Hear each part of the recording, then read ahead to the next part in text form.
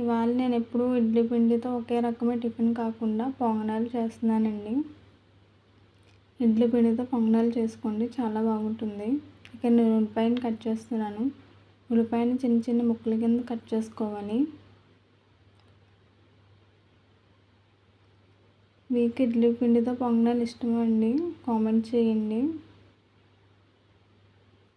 మీకు మా ఛానల్ నచ్చితే please like, share and subscribe to my channel అండి.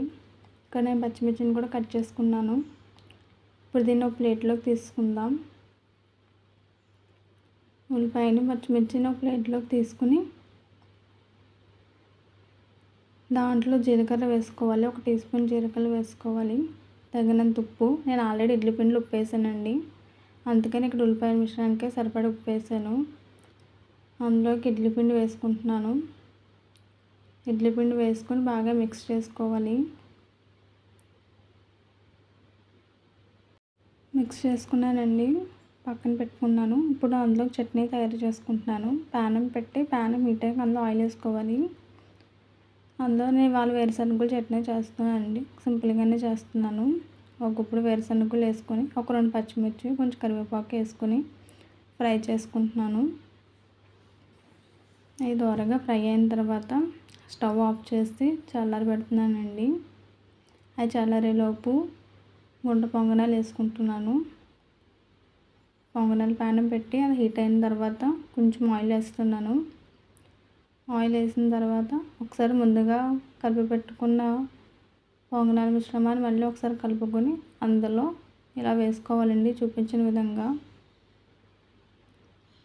అన్నీ పొంగనాలు వేసుకుంటున్నానండి. పొంగనాలు టేస్ట్ అయితే చాలా బాగుంటుందండి. ఎప్పుడు ఇడ్లీ పిండితో ఇడ్లీలు అట్లు కాకుండా ఇలా పొంగనాలు ట్రై చేయండి, పిల్లలు ఇష్టంగా తింటారు. నేను అన్ని పొంగనాలు వేసానండి. మూత పెట్టి సిమ్లో ఉడికించాలండి. ఇక్కడ నేను టర్న్ చేసుకున్నాను. తిప్పుకొని మళ్ళీ కొంచెం ఆయిల్ వేసుకుంటున్నాను.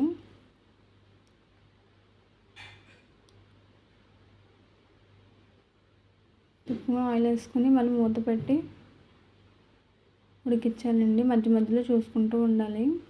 ఇలా మంచి గోల్డెన్ కలర్ రావాలి. వచ్చిన తర్వాత తీసేసుకుందాం. ఇక్కడ నాకు పొంగనాలు అయితే అయిపోయినాయండి. నేను ప్లేట్లోకి తీసేసుకుంటున్నాను. ఎంతో టేస్టీగా ఉండే గుంట పొంగనాలు అయితే రెడీ అయినాయండి.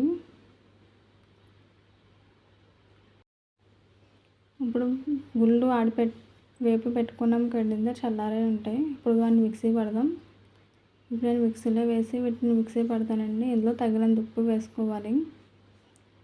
తగినంత ఉప్పు వేసుకొని కొంచెం వాటర్ వేసుకొని మిక్సీ పట్టాలండి.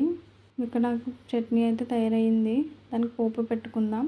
ప్యాన్లో ఆయిల్ వేసి చట్నీని బౌల్లోకి తీసుకున్నానండి. కొంచెం ఆవాలు వేసుకోవాలండి. ఇక్కడ నేను చట్నీని బౌల్లోకి తీసుకున్నాను. పోపు వేసుకున్నాను, మిక్స్ చేసుకుంటున్నాను. చట్నీ అయితే తయారైపోయింది. ఈ పొంగనాల్లోకి వేరుశనగల చట్నీ వేసుకొని తింటే చాలా బాగుంటుందండి టేస్ట్. ఇక్కడ నేనైతే టేస్ట్ చేస్తున్నాను. పొంగనాలు అయితే చాలా బాగున్నాయండి. మీకు కానీ ఈ వీడియో నచ్చితే please like, share and subscribe to my channel. Thanks for watching. Bye friends.